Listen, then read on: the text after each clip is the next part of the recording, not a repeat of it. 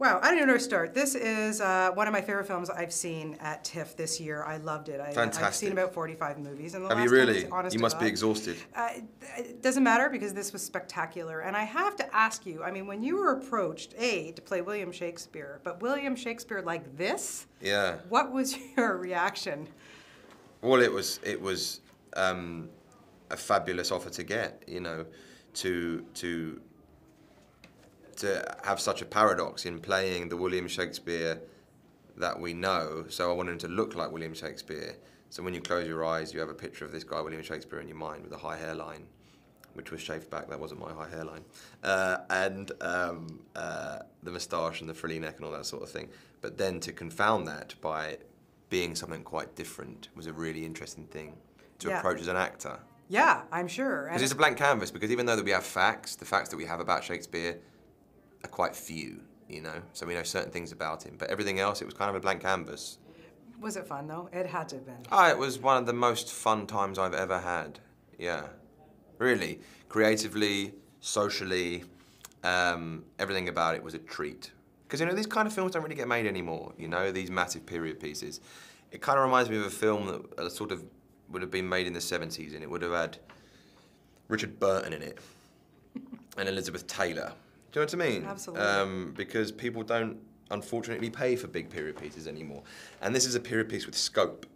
You know, there's aerial shots over 16th, 17th century London, which has never been seen before. Yeah, exactly. You need someone like Roland Emmerich to bring that. You totally do, and I wanted to ask you, because obviously this is not a disaster film in any way, shape, or form, but it's magnificent. And to work with Roland on something like this must have been amazing. A real joy, because he has such an infectious energy and a dynamism and an enthusiasm and a lust for this subject matter that it's so infectious and you can't help but be swept up in it. And we all know that Roland Emmerich is a brilliant visual artist and he's a brilliant storyteller, but also he's a brilliant actor's director. And it's always a treat for an actor to work with a director who understands the nuts and bolts of acting and can get the best out of you. And a lot of that is just encouraging you and making you feel like what you're doing is a good job, like a good teacher. You did a phenomenal job. Thank you very much. We're going to be seeing you in a lot more stuff.